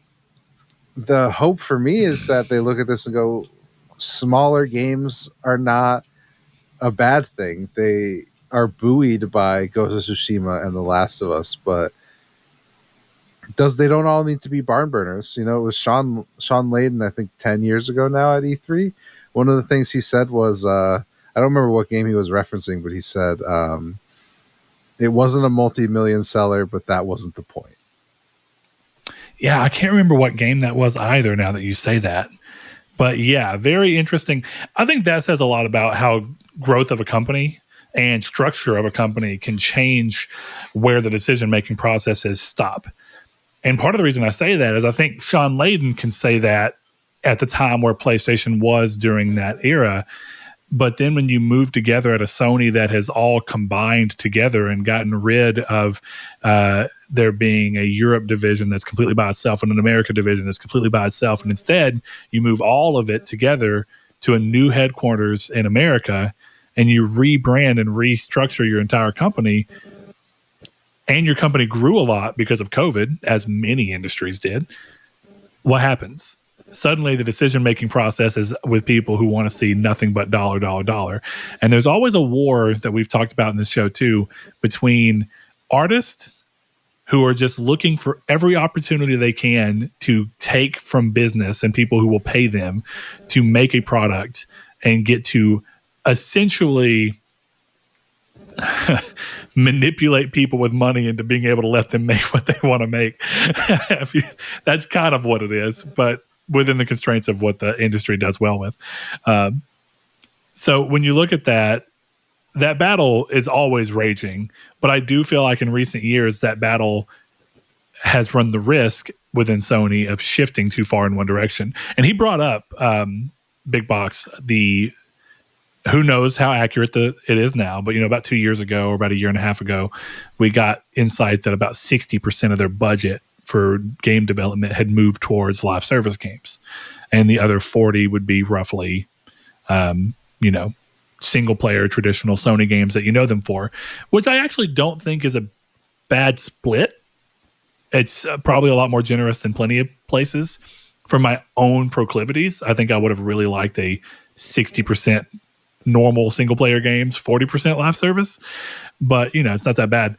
But yeah, I wonder how accurate is that now? Because it's easy to go, well, if Sony didn't know and didn't have people that knew better, why would they put 60% of their budget? They may have thought that at the time. Has that changed? I don't know, and I'm not really sure how we find out until either another big lawsuit happens and we happen to get a lot of information that we shouldn't have, or if another big acquisition happens and we get a lot of information that we otherwise wouldn't have. Two things have been true in the gaming industry for the past 4 years. First and foremost, COVID completely changed the way that games were being made. And as much as it sucks, the wording that I used here, this is in response to a change in the way the games are being made. Yes, because games are no longer being made like they were in COVID. That seems reasonably intuitive to me. Couple that with the fact that we have learned far more than we ever should have during this time. And I think you have a very interesting landscape for games coverage that we usually don't have.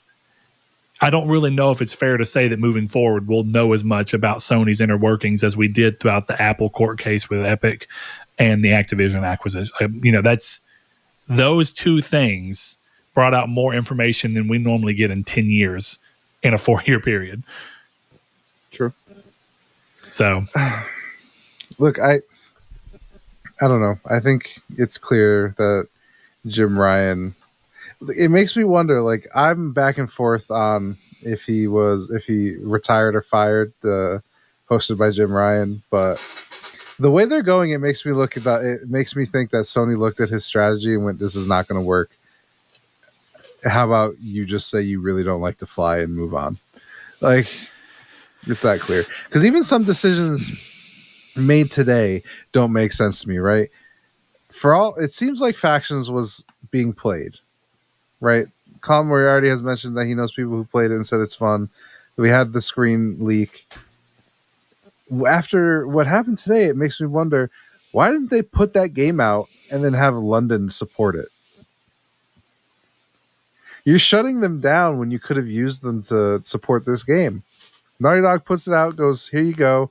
They send, Neil's protege over there so he can work on the game and whatever lore they're going to put into it. And then the game's out, and everyone at London has jobs. You have a live service game that was probably pretty good. Naughty Dog is a single-player developer still. It seems like a win-win-win-win, and instead 900 people lost their job today. It's a weird move. It's certainly weird. And, considering that I don't think either of us even necessarily strive to be people who are knowing the very intimate ends of the games industry, I don't want to speak for any of our listeners, but I like to think that the reason podcasts like this, fan podcasts, do well is because people like to hear the thoughts of people who are keeping up with and apprised with what's happening in the game industry, but not at a level where they're out of touch with the general consumer. And I think that that's why fan podcasts do so well. There's a general like of feeling like the person that you're watching is someone who's more in common with you than maybe Destin Legary is, and I'm just throwing a name out there, but point being, there is a disconnect between true games media and fan games media. There just is. And one of the major differences is information. We do not get information in the same capacity or way, and we don't get leaks in the same way. Could we eventually get there? Probably. Do I want to be there? I'm not necessarily worried about it. And to that end, the best that we can kind of do is just offer thoughts as to who we are. I like to figure out how things work and the inner workings of things. Like I talked about, playing a card game is fun, whether you're good at it or not, because it's just, I'm learning how to do something new. I recently started golfing because I was like, I don't know how to golf. I'm left-handed. It took forever to find left-handed clubs, but I found some. Friend bought them for me at a reasonable price. And now I golf every now and then. It's fun to learn and figure out what I'm doing wrong and how I can do it better. I like that, and that's why I get interested in a lot of what's happening in the games industry. So I'll close this with saying it sucks that 900 people lost their job. I like to hope that this is as least impactful as possible and as uncomfortable as a truth as it is. I've said it before. I think another chunk of this 900, if we're being honest, is also people who were hired on during a time where they needed more bodies to throw at things because of disruptions in games development, that are people who would not have been hired under a normal games industry hiring spree. And they only got hired because of this. And now some of these redundancies are people who would have never been in the industry if it wouldn't have been for COVID to begin with. Mm-hmm. And does that suck? Absolutely. Is someone still losing their job and potentially their livelihood? Absolutely. But it is a little easier to feel like, well, that sucks, but I can understand, than it would be if a company was just firing 900 people who have been well indebted into the games industry for years. So it's possible. Certainly possible. Yeah. But possible, but likely, who knows? I don't know. I also wonder how much more it costs for people to work remotely for these companies. Because you have to wonder if that's part of it too. It's like, now we have to set you up at home because everyone's become so entrenched. They're like, I'm not going to come back. So you almost wonder if they're like, we just got to move on from the people who aren't there. I don't know. We're just kind of making stuff up to cover for the company at this point, right? So, well, no, look, let's follow your thread of thought, because I think it's an interesting thought process, and I'll say that much like Chris, what you and I are working on, where it's just a string of figuring out the pros and cons of every single decision we've made, right? That's what we're doing. That's what any company's doing.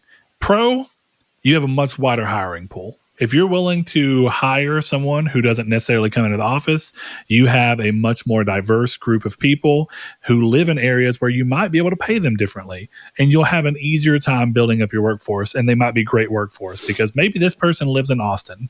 And Austin's not nearly as expensive as Los Angeles. you know? Yeah. And so when you look at that, you get a much wider ability to hire.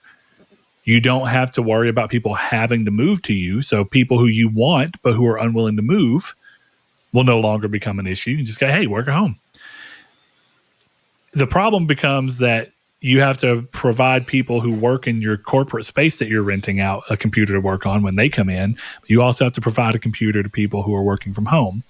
How big is that space that you're putting in? Do you want to make it big enough for people to actually come in when they do need to come in? Maybe they work from home 70% of the time, 30% of the time they come in. Who knows? Who knows? So, yeah, it's to your point. We just don't know. There's just as many positives to hiring remotely as there is negatives. That is definitely a fact. Dude, one of the biggest ones, did you see this underground movement towards teaching people during COVID how they could work 2 jobs and be hired from 2 people and do both jobs simultaneously, stacked on top of each other? Yes, I did. I did see it. Yeah. To this day, if you can find 2 companies that are work from home oriented and you are smooth enough, you could do 2 jobs, work half of what you would at each job and get paid double. Mm-hmm. Don't get me wrong. Is that happening widespread? Probably not. But the fact that it can happen at all is a very good reason for a company to be like, I don't know if I want to run that risk, because you just don't know. You'll never know. No. And it was funny because I saw one article of this guy who he worked from home and all he did was create an AI bot to keep his Slack online. Mm-hmm. And he was fine, which says more about the companies that we work for than anything else. But yes, very much. It's all bad, or it's all, at least it's all interesting, and it's all unfortunate. That's what I'll say. Not bad. It's unfortunate. But I hope that we're going to see the end of these layoff sprees. I think my biggest loss here is that still no fucking Twisted Metal. Like all this time, and the Twisted Metal show on Peacock seemed to be a success, and Twisted Metal has got a lot of good cachet in its name right now, and now we're that much further removed from being able to capitalize on that in a gaming capacity. And as much as I'm normally not a live service player, Twisted Metal is a shoe-in live service franchise. It's just waiting to be tapped into, in my opinion. Yeah, I guess, but Destruction All-Stars didn't do very well. No, it did not. Arguably a different game, though, but still, it did not. I had more fun playing Twisted Metal 1 and 2 PS1 versions than I did playing Destruction All-Stars, because they're different games. Who knows? All right, Chris, we got one more question, and then I think we're going to wrap this baby up and get moving along and see everybody else next week. So the last one comes from longtime listener, longtime patron, Jehudi MD. He says, how many times do you hit the snooze button on your alarm clock in the morning? And do you use your phone or an alarm clock, or maybe your own concierge? Where do you place the alarm clock phone? Far away, under the pillow, nightstand, by the bed, or do you not need an alarm at all? So Chris, walk me through your nightly ritual of setting an alarm, if you use one, and your morning ritual of waking up. My nightly ritual is usually going to bed. The last thing I do is put on a podcast, put the sleep timer on, and then I set my alarm. I put my alarm on the nightstand next to me. My alarm is my phone. I put that on the nightstand next to me, and then I fall asleep. That's all right. So when you wake up in the morning, do you hit snooze? Yeah. Yeah, I do. It's bad. Dude, I wonder how bad. My wife, I'm going to follow through. I give her hell for this all the time. My wife, she's getting a little bit better. She sets like 12 alarms. So I'll see her sitting at the bed, getting ready to go to sleep, and she's got like a 7, 7:05, a 7:10, a 7:12, a 7:14, and I'm just like, come on now. And it's like, as she gets closer to when she absolutely bare minimum has to be up, the gap between the alarms gets smaller. So I guess she can't fall back asleep as easily before another one comes out. So sometimes she turns, this actually what annoys me. Sometimes she works Saturdays. sometimes. Yeah. Because she does hair. And I'm usually trying to sleep in on Saturdays. And sometimes her alarm will go off. It'll wake me up. It's fine. I can go back to sleep. Not a huge deal. But she'll forget to turn off her 7 other alarms. And while she's taking a shower, I have to go and tell her phone to turn off every single freaking alarm. And it kills me. I don't do the multi-alarm thing. Dude, I can't do that. And I tell her all the time, you probably feel worse, because she always complains about being tired. I'm like, you constantly are waking up, going to sleep, waking up, going to sleep. You probably get the worst sleep. You're probably making it worse by teasing yourself with sleep than just waking up the first alarm. I used to do that, and then it didn't change anything. I just snoozed those alarms. It would actually screw me. She does the same thing. Yeah, because if I was really tired, like if I didn't get enough sleep and I had an alarm, I've had multiple times where I've silenced my phone, not put it on fucking snooze, just turned off the ringer. So I'll wake up like an hour late, and it's just, you pick up the phone and it just has alarm going off and there's nothing coming out of the phone, which is why I hate using my phone. But every time I've tried to use like a real alarm clock, like even an analog one, didn't work. That's wild. So to give a little bit of insight on mine, I have a Pixel Watch 2 now that I got for free when I got my Pixel Watch, or when I got my Pixel 8 Pro. It's not a device that I ever intended to spend money on, but since it was if you buy this phone directly from Google, you get a free gift of either the Pro headphones or the Pixel Watch 2. I was already buying the phone, so I got the watch. I actually really like the watch, and it makes a lot of my things easier. So since then, I still have my analog alarm clock that's plugged in with a cord, not even batteries. Oh, wow. And it's on my it's on my dresser in front of my TV, which is across from me. So like when I'm laying, our TV's across on the opposite wall. It's there. I still look at it whenever I wake up in the middle of the night to see what time it is. But about a year ago, even before this, I started switching to using my phone as an alarm. Or actually, I switched to using my Google Home as an alarm, because I'd be laying in bed and I'd just say, hey, set an alarm for 6:45, 6:20, whatever it be. But I am pretty good about waking up first time, usually. Here lately, I've gotten to where I put like a 6:20 alarm, and if I wake up and I'm like, I don't really need to be up for another 30 minutes, then I'll just set an alarm for 6:50. But I'm not. That's it. So I snooze once. Yeah, if I snooze at all. I try and set it as close as when I need to rapidly move, because like in a situation like that, I've lost precious time setting that new alarm. That's true, right? Like it's time you could have gone back to sleep. Right. So for me, like I take showers and get ready the night before, and I don't usually eat breakfast. So it's a situation of just like, all right, I'm up. Put clothes on and put go my clothes on and leave. Yeah, that's like how that's I my morning too. Roll. So I tend to just be like, it takes me 18 minutes to get to work. I'm going to get up 30 minutes before work. It's basically how I operate. It takes me 10 minutes to get to work. Yeah. So I usually wake up about 20 to, if I'm sleeping in, about 20 minutes. If I'm not sleeping in because I want to take a shower in the morning, sometimes I would rather take a shower in the morning, then I'll wake up 40 minutes before work and just do that. But see, me and my wife are so different in that. I'm a night owl. I get very productive in the middle of the night, but I wake up fine, or kind of regardless of what time it is. I'm never cranky. And it's interesting, I don't drink coffee. Everyone I know who drinks coffee is a fucking asshole if they have not drank coffee. And it makes me laugh. And then they're always like, how do you not drink coffee? And I have zero problems. I'm not a dick in the morning. It's interesting to me to witness. But I did used to tell her when she would do that, I'm like, that you using your phone for an alarm, you can reach it so easily. So when I was using the analog clock, the analog alarm, I had to physically stand up, walk to the alarm, turn it off. And by that point, you're up. Why would you go lay back down? That's my thought process too, is like you physically make it to where you have to get up. So it's a little different now. When I switch to the Google Home, I can literally just say, "Hey, quiet," and it stops. And even easier now, dude, when I'm laying in bed, I just set my alarm from my watch.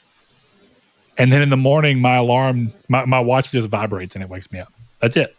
That's insane. I couldn't do that. My biggest problem with it, and kind of why I hate working mornings, is I don't trust the alarm. So like I've been bit. You know how I said I didn't have batteries in my actual alarm clock? There's been a few times where my old ass house, the power's gone off and it resets the clock. So even though the power comes back on, it's no longer accurate and my alarm is not accurate. And I'll just be like, I'm 45 minutes late now. Oops. I've had enough times where I wake up and the alarm just isn't making sounds. And so I'm at the point where like if I got to be up at 7 and I can't sleep at 3 a.m., I'm just not going to bed. I'm not risking that REM sleep, like, yeah, you're not waking up right now, bro, type of thing. I'm just not going to bed. So luckily it hasn't happened in a couple of years, but still not past the fear. The fear. Oh, that's an interesting one. People's sleeping habits I find to be so interesting. And I've always wondered, if I started drinking coffee, would I become an asshole until I've had my morning cup? Yeah, probably. Like how much of that is addicted? How much of that is born off dependency? Listen, I'm a crack addict who hasn't had his crack in the morning yet. What do you expect from me? Yeah, it's just addiction. Yeah. I don't know. I find that one very interesting, but morning rituals are quite odd. Judy, you need to shoot us your morning ritual and what you use. I'm glad that I just wake up real easy. My final little bit on that, and then we'll close off, is I remember whenever I had to live with my dad for a few years in high school, and ninth grade year, my stepmom would come into the room in the trailer that my dad lived in, and she would just crack the door open and she'd go, "Brett, it's time to get up." And I'd be like, okay. And I get up. And that was it. I didn't have an alarm or anything. She just opened the door and whisper, and I'm up. And people find, like, apparently that's not very common, because most people are like, there's no fucking way. Yeah, I don't trust myself to get up nearly enough to do a no alarm. Fucking no protection run. No, thank you. Yeah, well, to be fair, I knew she would wake me up, so I didn't need an alarm as a child. As an adult, point. I know I need an alarm, so it's a little different. Good. I'm glad you've grown up in the year since you were a child. The year? The year. The single year? Yes. Man. All right, Chris. Well, thanks for joining me, as always.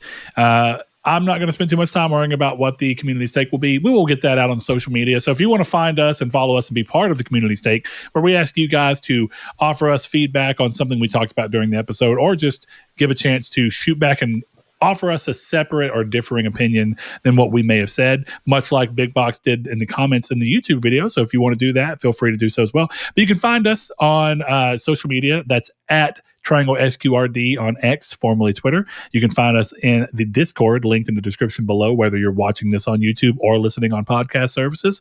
And if you are watching on YouTube, please consider subscribing and liking the video. Helps with the algorithm. Maybe put us in in front of a couple more faces than we would have been. If you're listening on podcast services, consider giving a review if you like the show. Chris, thank you for joining me as always. And lastly, I want to shout out our patrons who head over to patreon.com/Nartech and gave as little as $1 per month to support this show and keep it trucking. And without further ado, we always shout them out at the end of every episode. So thank you to Duh Overlord, Spencer, Brandon Edwards, Alex, Barry Rogers, Stingray X, Easton328, Aztec King, Lecheon69, The Lord Corgi, Bailey Robertson, Mark Schutz, Cypher Primus, Kyle Grimm, Rude Days 93, Kevin Bacon Bits, Danny Villalobos, Jehudi MD, No Fate, Josh Ayers, Derek Porter, Donovan Williams, Matthew Green, and Sean Sanrud. Thanks to each and every one of you. See you next week.